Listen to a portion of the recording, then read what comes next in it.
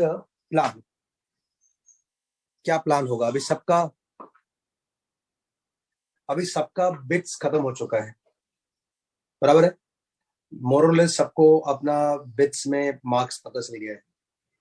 अच्छा, पहले एक डिस्क्लेमर बता दूं, जिस बच्चे को बिट्स में कम मार्क्स आया है वो ऐसा नहीं है कि वो मेंस या एडवांस के लिए कम काबिल है। Like those who are scoring lesser in bits, it doesn't mean that you are not capable of scoring well in mains and advance, because there are two completely different things, right? Bits has a more number of questions and mains are like slightly obviously lower side in terms of number of questions, and advance is a much lower. Matlab, it is as good as you are testing somebody in 2020 on the basis of his test performance. तो तीनों exams के aspect अलग अलग हैं. There are some kids who are very good at more number of questions, and उसमें English भी था, reasoning भी था, तो there might not possible that you guys not well prepared. So मतलब बिट्स के लिए कोई तैयारी भी नहीं करता है ना, बिट्स के लिए लास्ट के 4-5 दिनों में करते हैं, तो दैट मीन्स तुम्हारे लिए वो 4-5 दिन काफी नहीं था.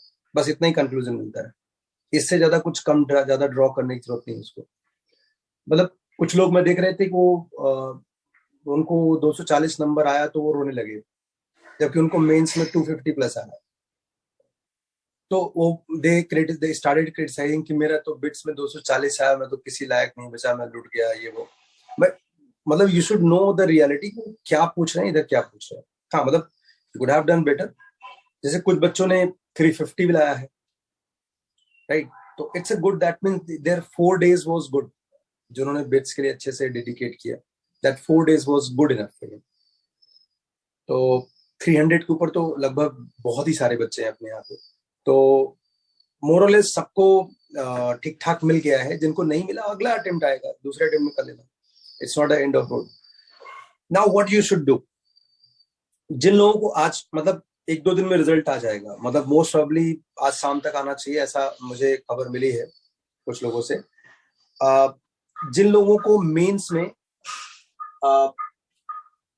150 माइनस है, उनको तो मेंस के टेस्ट डेली देने होंगे. From Monday you start writing Monday daily 1 paper. Those who have finished PYQ, they should take some paper which is tougher.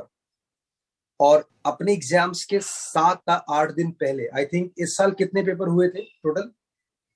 I think 5 slot थे, 10 पेपर हुए थे, या 4 स्लॉट थे? इस बार मेंस में कितने पेपर थे?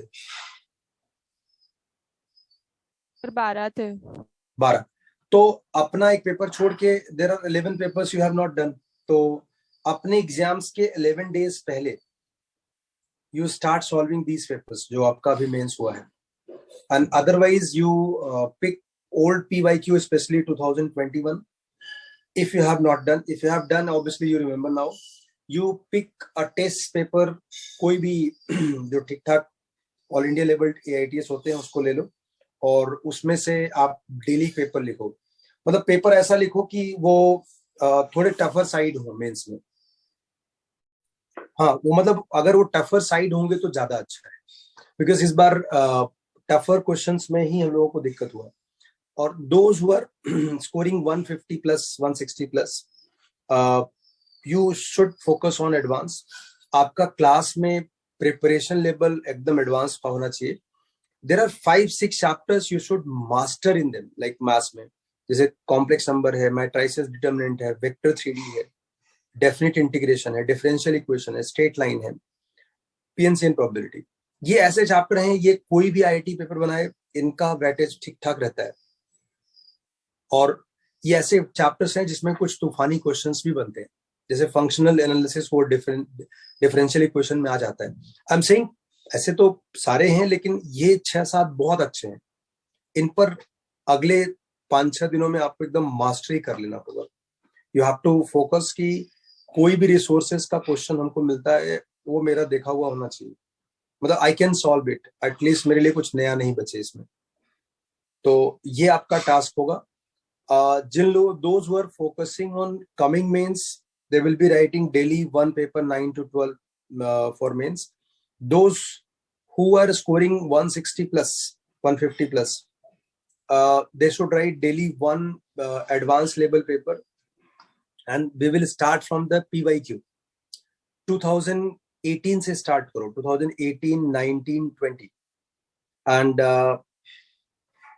you have to ensure that 10 days before you are switching to the second mains, like you start paper from Monday, alternate day write down paper one PYQ. like जैसे 2018 का आपने Monday लिखा, तो Wednesday को daily भी लिख सकते हो आप, अगर डेली कंफर्टेबल हो तो डेली लिखो, those who are writing advance daily एक पेपर लिख सकते हो। मैं ऑल्टरनेट डे सजेस्ट करूंगा, बिकॉज उसमें उसको रिपेयर वर्क करने के लिए आपको थोड़ा टाइम भी लगेगा, तो ऑल्टरनेट डे पेपर लिखो। जो ऑल्टरनेट डे है उसमें तुम मेंस के पेपर इनकॉर्पोरेट करना चाहो तो कर सकते हो, बट मैं ऑल्टरनेट डे एडवांस के लिए रिकमेंड करूंगा इस कमिंग वीक में।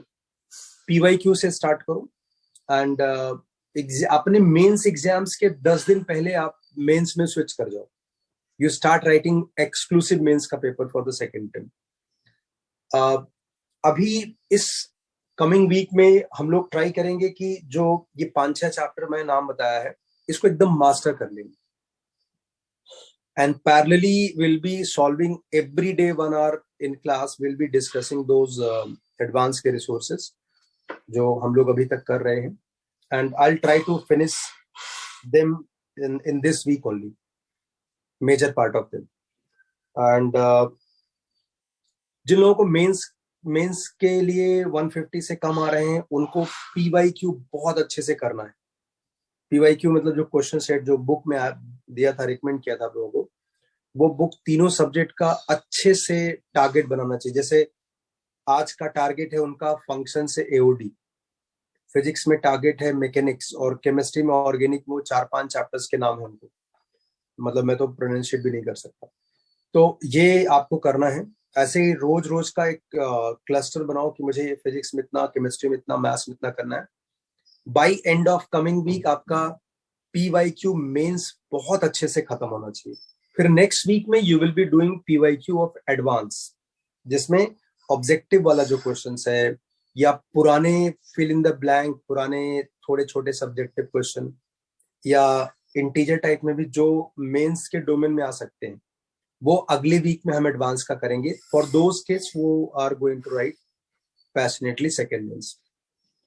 और एडवांस की जनता का क्लियर है, उनको PYQ लिखना है और जो एडवांस के रिसोर्सेस कर रहे थे वो करना है। मंडे, वेंसडे, फ्राइडे, इन 3 दिनों में हम लोग इस वीक में ट्राई करेंगे। ये जो 6 चैप्टर्स में तुमको बोल रहा हूँ, ये 6 चैप्टर हम लोग बहुत अच्छे से, बहुत अच्छे लेवल की प्रैक्टिस और रिवीजन कर लें।